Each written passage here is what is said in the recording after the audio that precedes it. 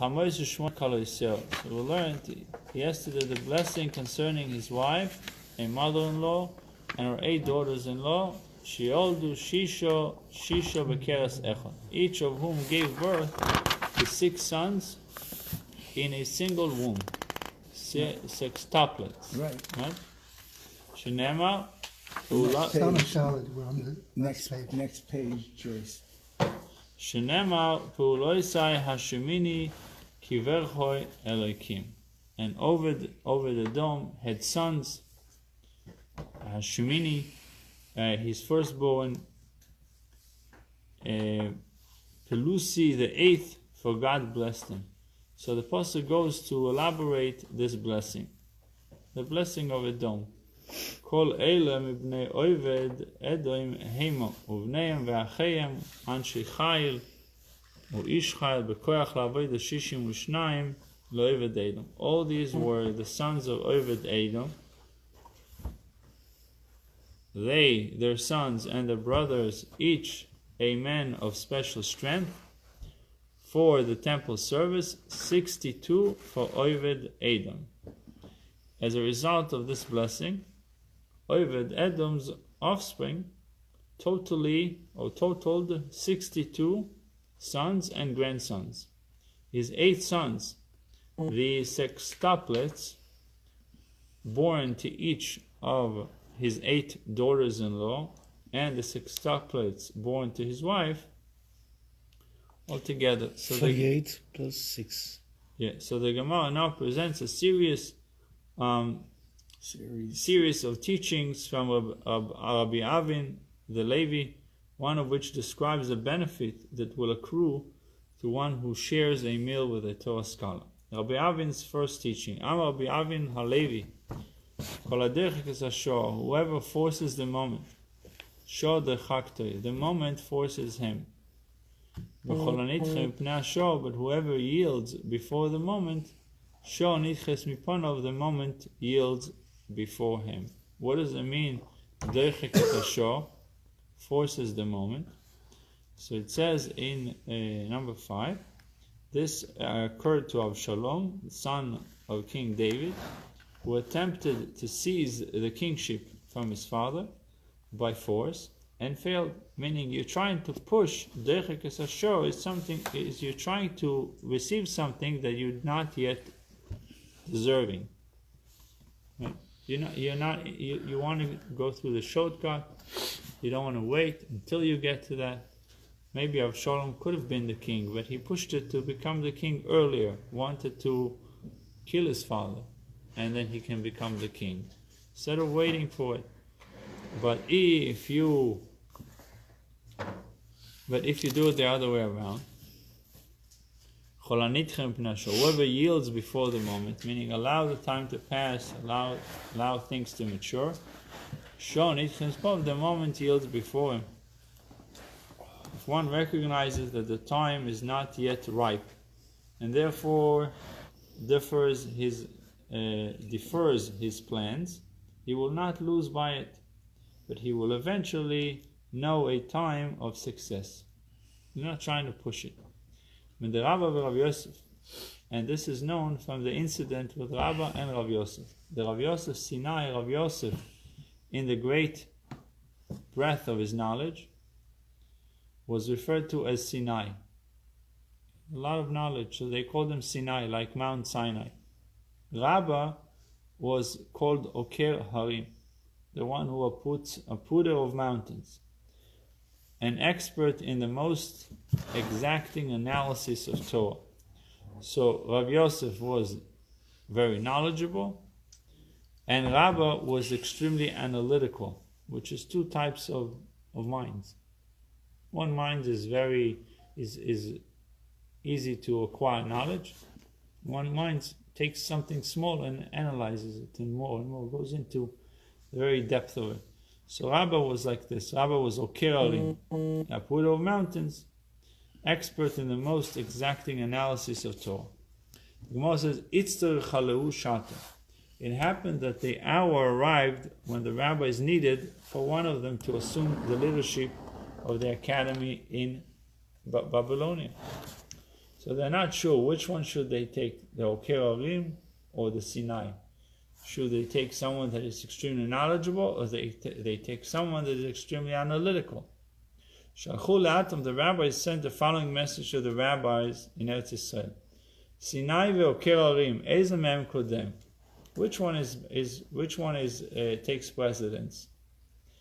In a choice between Sinai, between Rav Yosef, and between Rabbah, which one should we choose for Rosh Yeshiva? Shalchu lehu, so the rabbi sent this reply back: Sinai kodem, she'akol tzrichin l'marech hitaya. They said Rav Yosef is kodem, takes precedence, because everyone needs him. For all are needful of the master of wheat, the one who has gathered many Tanaic teachings. Af al pi chen lo kibel Rav Yosef. But nevertheless, Rav Yosef did not accept the position upon himself. But you understand it, so that people who are extremely analytical, they can relate to very few. Right. But the people who are extremely knowledgeable, they can relate to many people. You know, like a teacher in one area, the other one's more of a general Rosh Yeshiva. A general teacher, but how many people can really is capable of sitting and learning the depth of every aspect in Torah? So in other words, don't ask questions. No, you gotta ask questions. No, you ask questions, but if you ask questions, if you would ask questions from a rabbah, the chances for you to understand them was very slim. If you ask questions, because you can be extremely analytical, but if you ask questions from Rav Yosef, he will answer you. It will be easier for you to understand them. Rabbah was a brilliant mind, such a brilliant mind that is so analytical. It's like in our time there was also Ragachobo. Ragachobo was known to be someone that was extremely, in the last 300 years, or not 300, 100 years. Even the Rabbi spoke. Rabbi Yosef Rosen. Right, Rabbi Yosef Rosen. He was extremely analytical. He asks you a question, and he says, before you answer the question, he says, if you answer yes, there's 5 different consequences that can come out of it. If you say yes, if you say no, there's also 7 different consequences that will come out of it. He and the Rebbe were close to each other. They wrote back and forth to each other. So this is just a very analytical mind. Not that they didn't know the whole Torah, they also knew the Torah, but their focus was a different way of learning and different minds. So Rav Yosef did not accept the position. Dan Relay Kaldai, for the astrologers, said to him, Molach Tartin Shini, the astrologers told him, you will rule as the head of the academy for only 2 years, Tartin Shini, and then you will die. He realized that the moment was not yet ripe, so he declined. He figured he's still young, why should he takes the position and then pass away after 2 years? And decline the position. We see that a person must not attempt to force the moment of his success. Molach Rabbo Esrim Vesatin Shinin. Rabbah, who was appointed in his stead, the Oiker Horim, the Apuro mountains, ruled 22 years. Molach Rav Yosef Tartin Shinin Ufago. Upon Rabbah's death, Rav Yosef accepted the position and ruled for 2.5 years. He thus lost nothing by waiting. We see that if one yields before the moment and defers his plans, the moment will yield before him. So Rabbah gained 22 years by not he lived 22 saying years. Rav Yosef gained 22 years by not accepting the position. During all those years that Rabbah ruled as head of the academy, afilu umna leveisei lo yikaro. Rav Yosef did not so much call a blood letter. A blood letter to his home, meaning was very healthy, because the bloodletting was to improve your health. He didn't need it. It's extremely healthy. But but went instead to home of the bloodletter as would any common man. For as long as his moment had not yet arrived, he would not claim even the most insignificant of the Prerogatives. of leadership. So he remained very low key. We say in chapter 20 in Tehillim, the God of Yaakov but not the God of Avram. And Isaac, apparently when King David would beseech God on behalf of the Jews, he would do so not in the merit of our first two forefathers, but only in the merit of Yaakov.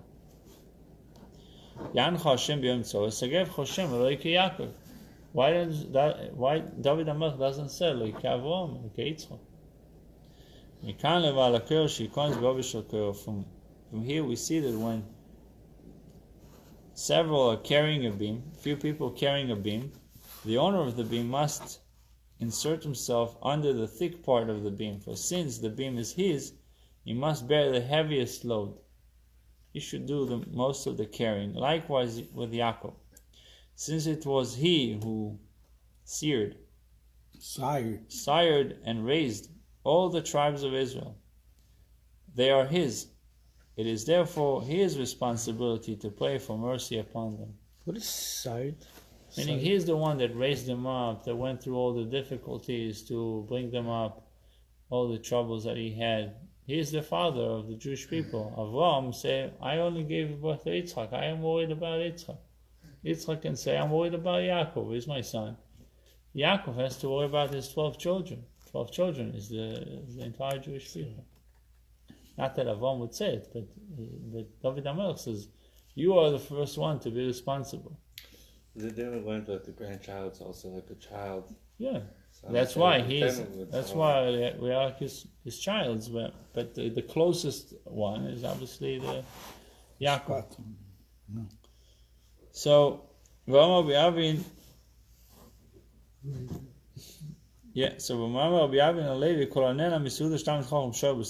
Whoever benefits from a meal at which a Torah scholar is included in the gathering, as if he benefits from the radiance of the divine presence. Shenema, and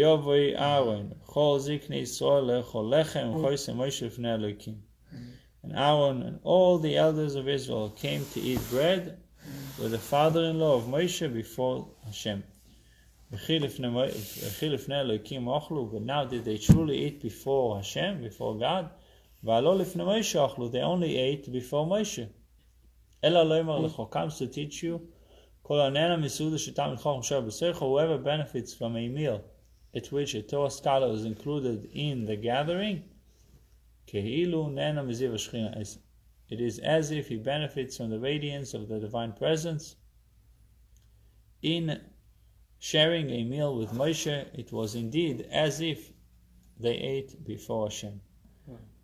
Fourth teaching from Rabbi Avin, the Levi. Rabbi Avin HaLevi, Haniftar Mechaveiro, one who parts from his friend. Alim lo lech besholem. Should not say to him, go with peace, with bet. Ela lech lesholem. Go to peace. Sharei so shomar Moshe lech lesholem. All of it's liach. For when Yitro said to Moshe, go to peace, all of it's liach. He rose and was successful. David shomar Avshalom lech besholem. But when David said to Avshalom, go with peace, holach v'nislo, he went and was hanged. So David said to Avshalom, go with peace, besholem, he went and was hanged. So V'omar Rabbi Avi, Halevi, Anifta Menames, Al Yomar lo lech l'sholem, el lech b'sholem, shene'emar v'ato tov elav yisecho b'sholem. So when you tell your friend, you are parting from your friend, he's going away, you tell him lech l'sholem. And you should come back also l'sholem. But if someone passes away, say lo lech b'sholem. How do we know it? Because it says v'ato tov elav yisecho b'sholem. What's the difference between the two? Whether you should go with peace or two-piece, go two-piece, go with peace or go two-piece. Lech b'sholem, it was said, David said to Avshalom, he used that word lech b'sholem, and he was hung. He was hung. So the outcome is drastic. Yeah, the outcome is drastic. Yeah. Lech lesholem, and Moshe, Yitro said to Moshe to go two-piece, and he became successful. Teaching regarding the benefit that accrues to one who joins Torah study to prayer. One who leaves the shul and he goes to the house of learning. And immediately enters into the study hall and engages in Torah study. He will merit to greet the face of the divine presence.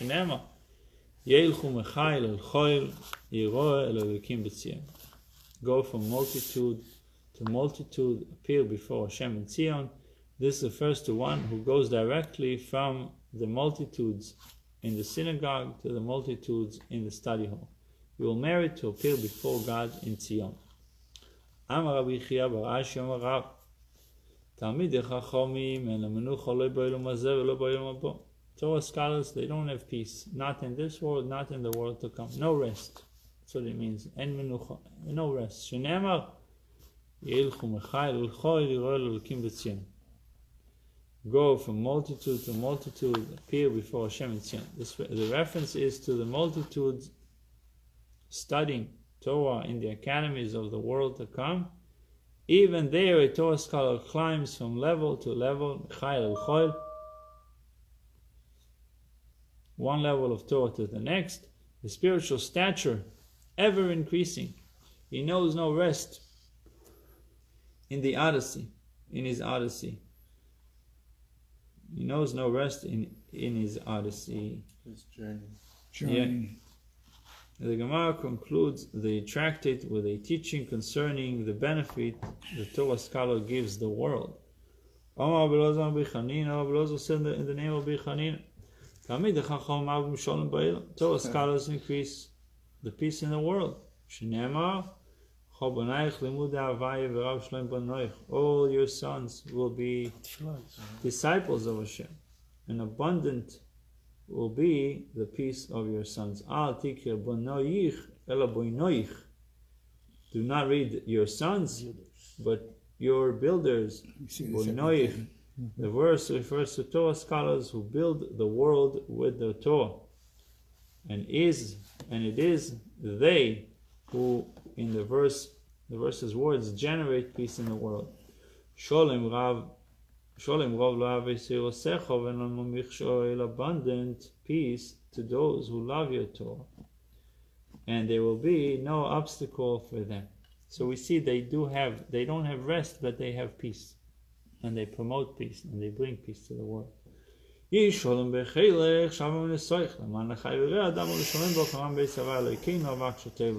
let there be peace within your wall, Yerushalayim, serenity within your palaces, for the sake of my brothers and comrades.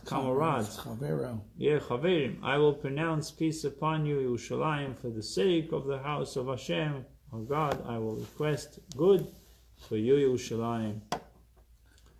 Hashem will give might to his nation. Hashem will bless his nation with shalom. So Adron Aloch Haroye will return to you Haroye. Usilika Lo Masechet Brachos, and Tractate Brachos is concluded. We'll do the Adron for Pesach. Right? Yeah. Who is here? Rabbi, I have a question. So after the person dies, should not be upgrades, because whatever you do here, that's it. That's your level.